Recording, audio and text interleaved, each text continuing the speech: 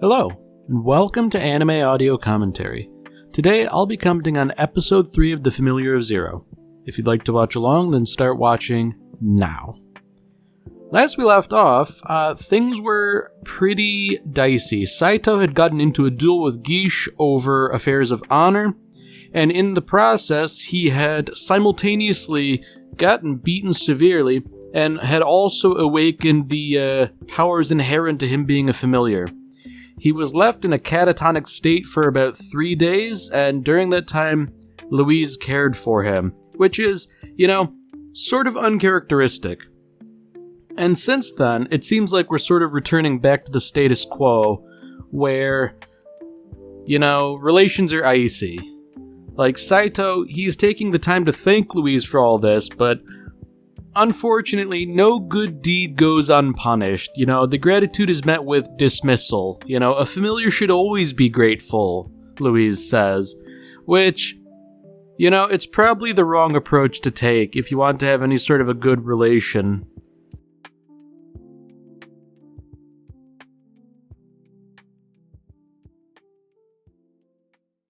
Now, normally during the opening theme, I would sit quietly with reverence, but today I am obligated to my sponsor. Today's sponsor is none other than myself. You may not know this, but I write light novels, and I've written quite a few. Today, I'm going to tell you about the eccentric detective Yamamoto, in which the intrepid, if drunken detective solves a wide variety of cases with the help of her assistant Satoshi. Ranging from finding missing pets and surveilling cheating spouses to catching a high-end cat burglar and preventing the murder of a local business magnate, no case is too big or too small for Detective Yamamoto. Even when she's forced to work with, and occasionally against, the police, and even when she must contend with her fear of the supernatural, nothing will prevent the eccentric detective from doing what needs to be done to solve the case. If this sounds like something you'd like to read, then by all means, consider purchasing books in the Eccentric Detective Yamamoto series by me, Frederick Fitzgerald, through Amazon. Thank you very much for your time, and enjoy the episode.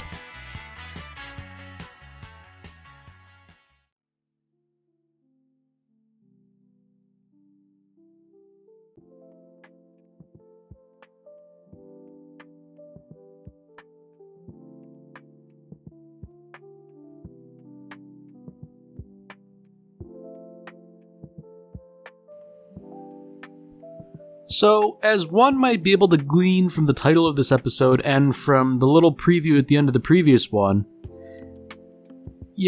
Saito's in for a rough go of things, Like, we've already seen a little bit of Kirsch out and about, and she is, not necessarily a philanderer, that might not be exactly the right word, but, she and Guy should make good company.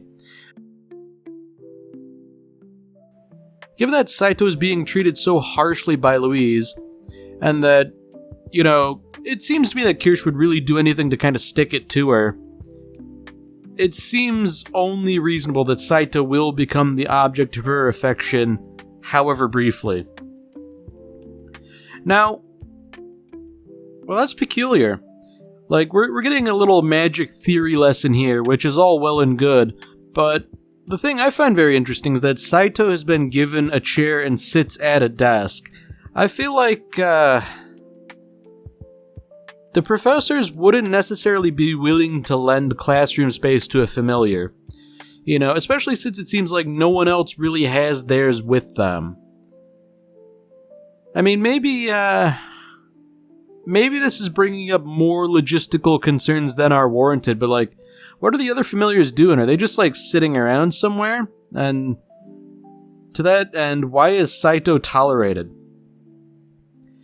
Now, it's funny I say Saito is tolerated because he's certainly pushing the bounds of tolerance here. He's gleaned a little bit of Louise's social standing with her peers, and therefore he's just gonna, tease her in the only way he really can, which is through mockery. Unfortunately, this will really only engender more hostility, and, He hasn't fully considered this, I don't think, especially considering that Louise is the one who provides him food. Ooh. Yeah, I guess case in point, Louise is revoking meals for every time you mention the word zero. And, I wasn't counting strictly, but that's certainly like a few days worth, I reckon. That's, it's simultaneously bad and also kind of what you deserve. Like, I don't know.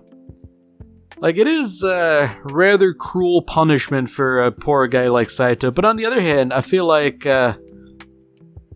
given that Louise is willing to, like, chain him up in a corner of her room, I feel like maybe being a little bit conciliatory would be the better approach.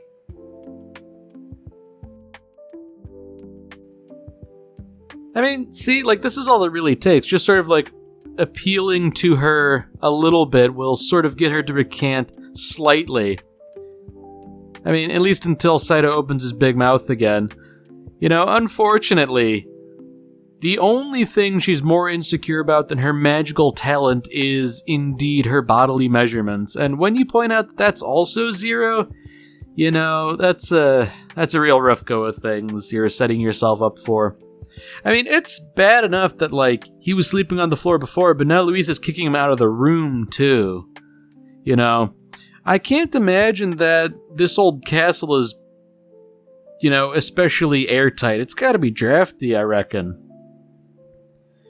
Now, fortunately, in a manner of speaking, the other commoners, the kitchen staff and things like that, word's gotten round about Saito's duel, and naturally they've taken a liking to him. So, sort of illicitly, probably against standing rules and definitely against what Louise would prefer, they're giving Saito food. And this is sort of like, I guess, the start of how things will be continuing, essentially. Siesta sticking her nose into places where it doesn't belong. I'm wondering if, that might have been anime only. Like, again, I haven't read too much of the light novels or anything like that. Given that there was no truly official release, I've only ever read fan translations, but I seem to recall that Siesta in the anime really does start causing trouble for no better reason than because someone needs to be causing trouble. Like, at this point in time, at the very least, she's motivated by ostensibly good reasons. The poor guy is suffering and all that, but I don't know. She does have other, less wholesome motives later. Now, at least Siesta's sort of like giving a little bit more information here that benefits Saito and Louise, that like, hey, you didn't just pass out, you were like extremely catatonic, to a very scary, potentially dangerous degree, and that Louise went, like, way out of her way as to order something very expensive to try and cure you. And, Siesta isn't impressing the exact value of it, likely because she wouldn't know, aside from, more than she makes and all that, but, I don't know. I feel like Saito should take this information to heart a little bit. It's like, hey, Louise, how much money did you actually spend on me? In real terms. Like, how much money do you have? How much money did you spend? And also, thank you. Of course, he doesn't really have a chance to talk to Louise, in no small part because Kirsch is, getting up to monkey business. She has wrangled her familiar. And tellingly, she doesn't even really know Saito's name properly. But, far be it from her to let that get in the way of, a little illicit business at night, It is interesting that she's, so forward about being in love. That's like a big thing in my mind, with couples in anime and indeed in real life. You shouldn't just like drop that flippantly like Kirsch is doing here. It is interesting, however, that Saito is sort of immediately hesitant. That speaks to his credit at least a little bit.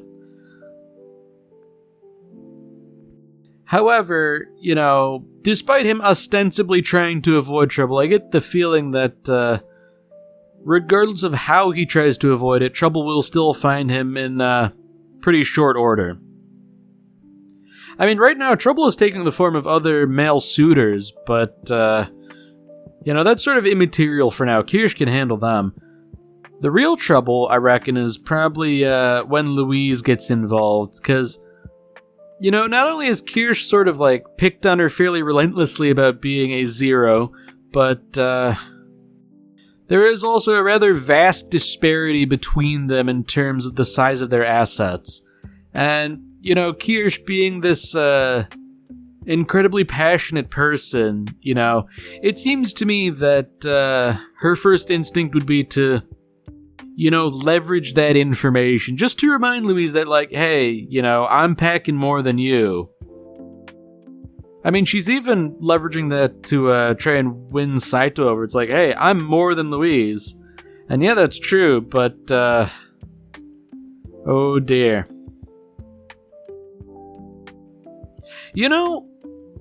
That is another thing when we get down to it. Saito is still a familiar. Surely there must be some standards pertaining interacting with the familiar, Because first of all, Saito's not hers. And also, familiars... I mean, I'm not sure if they're strictly treated as people, So it's I feel like she's disgracing herself by getting involved with Saito. Although that said, it really does seem like he's got all sorts of things to worry about. Louise, those other students, probably Kirsch if he doesn't handle this carefully. The appearance of hesitating probably isn't doing him any favors either. And, Saito hasn't exactly put his foot in his mouth yet, but I reckon it's gonna happen in pretty short order as far as Louise is concerned. Yeah, it's never a good thing when you hear that ominous piano music. Now, unfortunately, Louise has immediately jumped to the conclusion that Saito's at fault here. And I suppose in a way he sort of is for not, immediately getting out of Dodge, but, I don't know. She's sort of missing out on any explanation here that this was actually Kirsch's doing with her familiar, and that Saito was a mere innocent victim of circumstance. So unfortunately, rather than deciding that perhaps mutual respect is the order of the day here, Louise has decided that severe corporal punishment is instead the right path to take. Unfortunately, Saito has decided not to dissuade her by insinuating that she is jealous, that he never tried to sneak into her bed. And, that very well might be true to some small degree, but it's certainly not the tactful thing to say.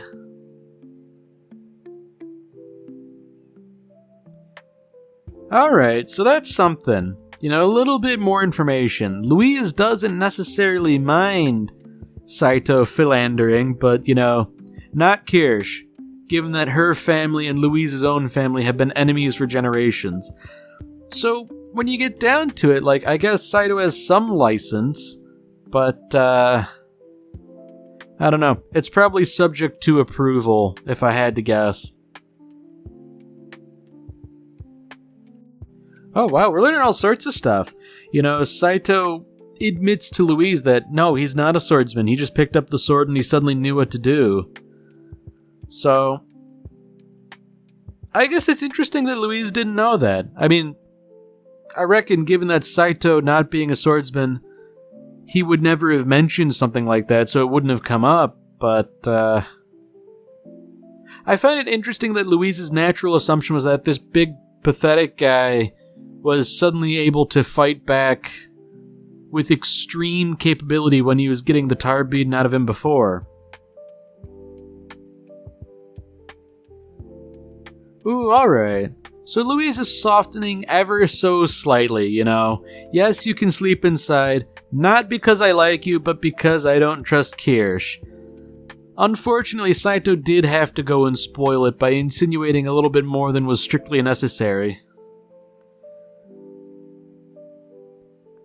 So, with this in mind about the Valier family and Kirsch, the fact that Kirsch is so dead set on Saito indicates to me that this isn't any genuine feeling, but rather just an extension of the petty rivalry.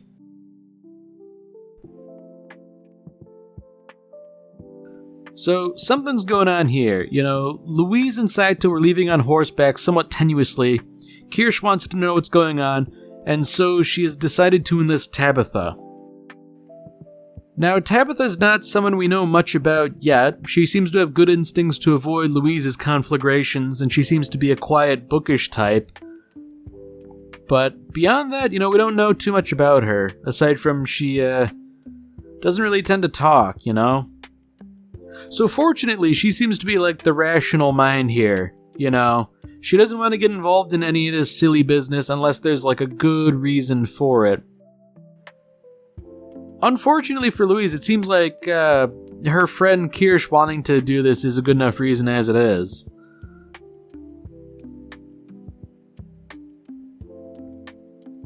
Wow. So we saw Tabitha's familiar earlier, it being a dragon, but seeing it at scale now, it's rather remarkable. Familiar spirits, I was given to understand just sort of from a general folklore perspective, they were meant to take the forms of small woodland creatures, like cats or ravens or squirrels or something. For a familiar to be large and, unwieldy, it's kind of strange, I guess. I suppose it can work, but, it just seems a little odd to me. So Louise, she's had the fine idea that if Saito is capable of wielding a weapon, then he should have a weapon. Unfortunately, she seems to have decided to patronize a rather dishonest businessman.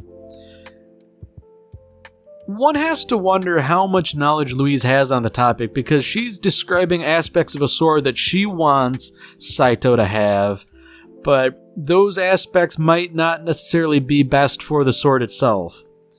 Like the shopkeeper saying that this, resplendent golden blade was made by an alchemist, and it's, it's very, very nice, it's a good sword.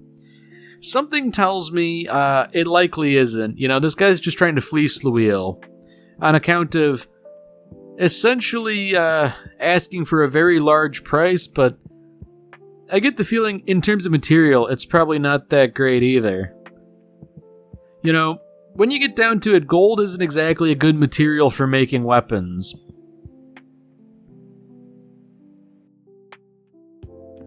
So, for the amount of money Louise brought, they can unfortunately only acquire this old sort of run-down sword. It looks, frankly, dull and rusty. Now, I feel in Saito's position,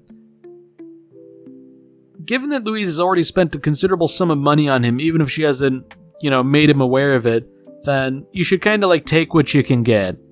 I feel like in his hands, with his powers as a familiar, a sword is a sword, and really, a beautiful golden sword is not necessarily a better weapon. It looks flashier and all that, but it won't necessarily help you.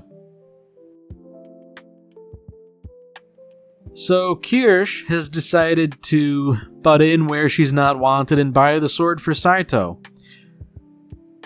So this is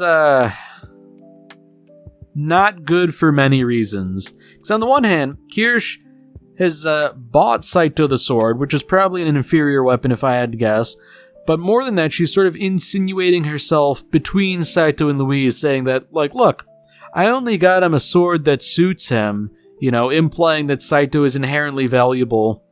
But really, that inherent value is only sort of there so long as Louise is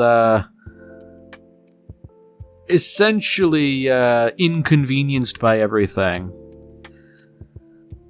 So it's really just sort of like troublemaking behavior of the highest order. You know, there is no real benefit to any of this except that Louise is inconvenienced.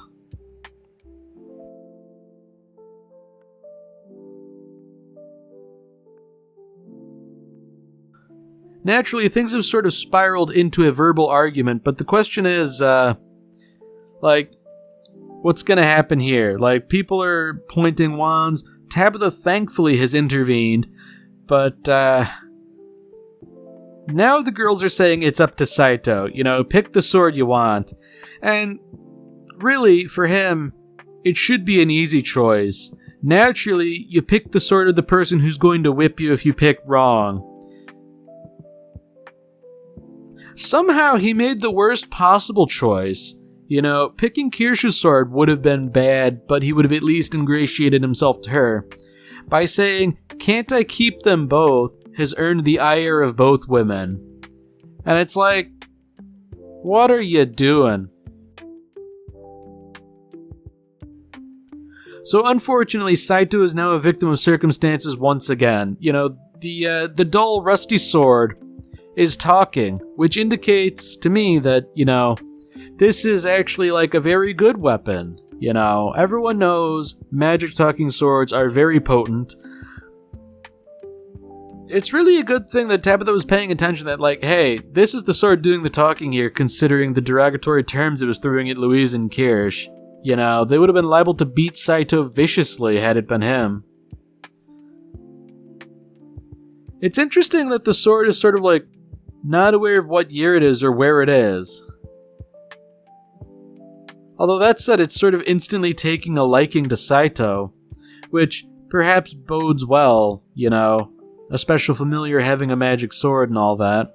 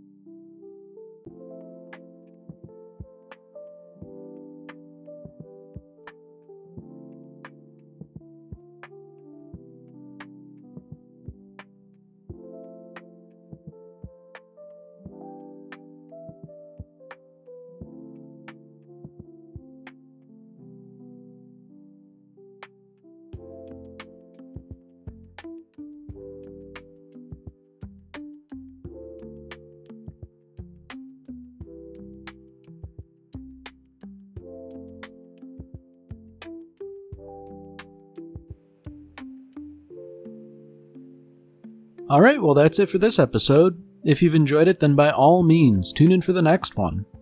See you, Space Cowboy.